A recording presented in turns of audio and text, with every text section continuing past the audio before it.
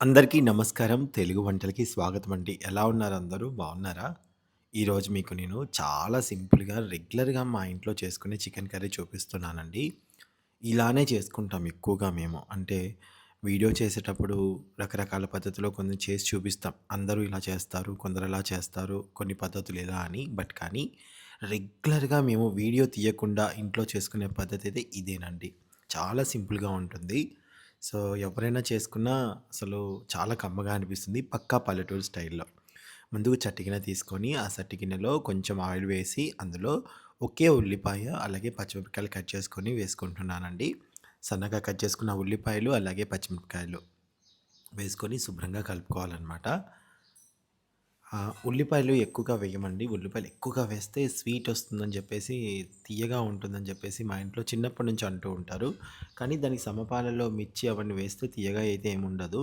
So, నేనైతే ఒక్క అరచేయి మందం అంత ఉల్లిపాయ తీసుకున్నాను. అలాగే 2 పచ్చిమిరపకాయలు తీసుకున్నాను. వాటిని కట్ చేసుకొని ఆహ్, బాగా అంటే కొంచెం ఆనియన్స్ అంతా కూడా లైట్ పింక్ షేడ్ అంతా వచ్చేంత వరకు ఉంచేసుకున్నాను. చూసారా? అంతవరకు ఉంచాక దీంట్లో మనం అల్లం వెల్లుల్లి పేస్ట్ వేయాలి. అంతవరకు ఉంచిన తర్వాత మనం అల్లం వెల్లుల్లి పేస్ట్ వేసుకోవాలండి. అల్లం వెల్లుల్లిపాయ పేస్ట్ కొంచెమైనా సరే అప్పటికప్పుడు అలా దంచి వేయండి.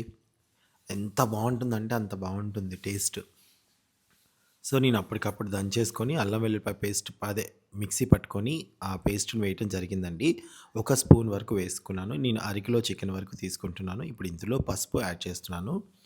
పసుపు ఎప్పుడైనా సరే నాన్ వెజ్‌కి కొంచెం ఎక్కువగా వేసుకోవాలండి. రెగ్యులర్ కర్రీస్ కంటే. ఎందుకు అంటే నీచు వాసన రాకుండా ఉంటుందనమాట. ఎంత మసాలా వేసినా పసుపు పర్ఫెక్ట్‌గా వేయకపోతే ఆ కూర తినాలనిపించదు. నీచు వాసనొస్తుంది. సో, అందుకని పసుపు కొంచెం ఎక్కువగా వేస్తా నేను. ఇప్పుడు మంచిగా మగ్గిన తర్వాత ఇందులో శుభ్రంగా కడుక్కున్న చికెన్ ముక్కలు వేసుకోవాలి.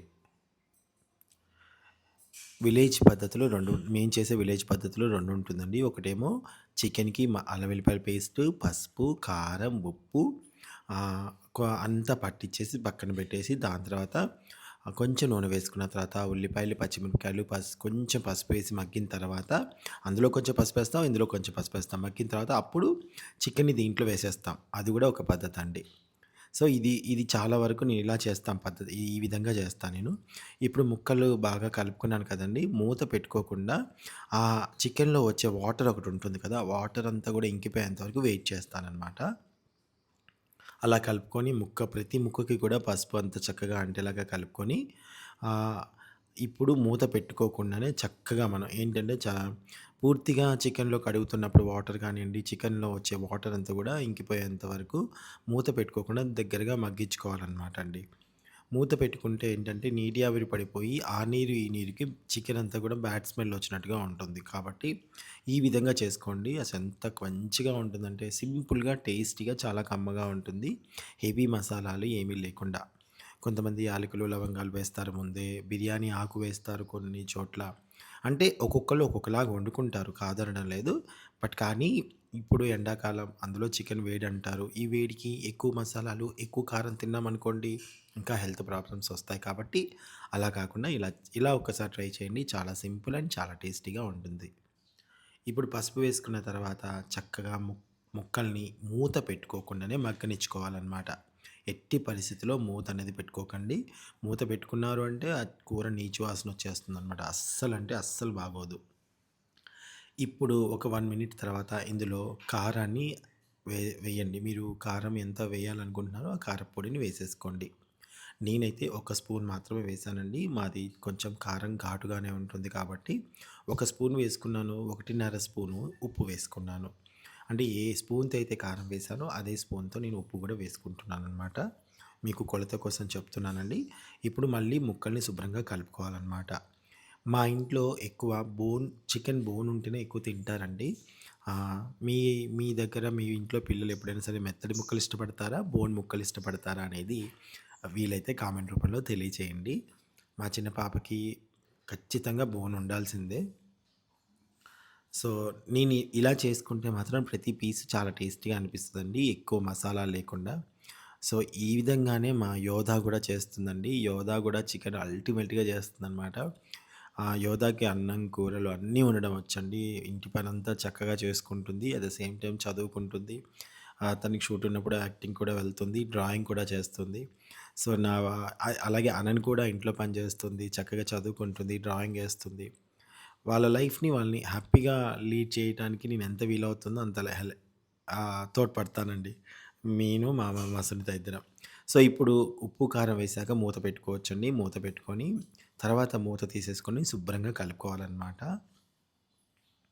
చూసారా ఎంత బాగా ఉడుకుతుందో? ఈ టైంలో మనం వాటర్ యాడ్ చేసుకోవాలి.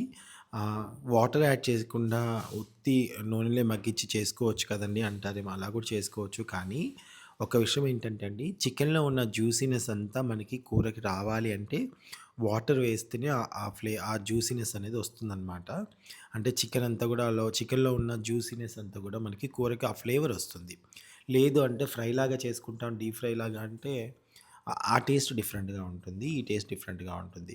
మా మిసెస్ ఒక్కొక్కసారి చికెను అస్సలు నీళ్లు పోయకుండా నూనెలోనే సన్నటి మంట మీద చక్కగా మగ్గిచ్చి, అల్లం వెల్లిపాయ పేస్టు, లాస్ట్‌కి ధనియాల పొడి వేసి చేస్తుంది. చాలా బావుంటుంది. అదో రకమైన టేస్ట్.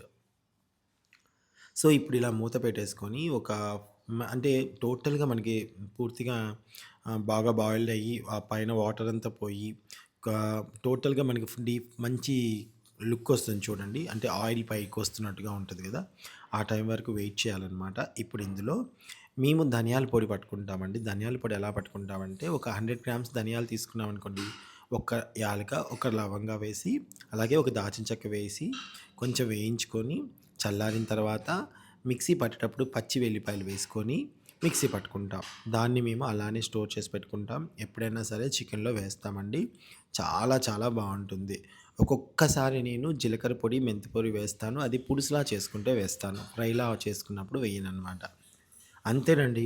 ముక్క కూడా చాలా పర్ఫెక్ట్‌గా ఉడికిపోయిందనమాట. అసలు అన్నంలో తింటే ఎంత బావుంటుందో. ఆహ్, థాంక్ యూ సో మచ్ అండి.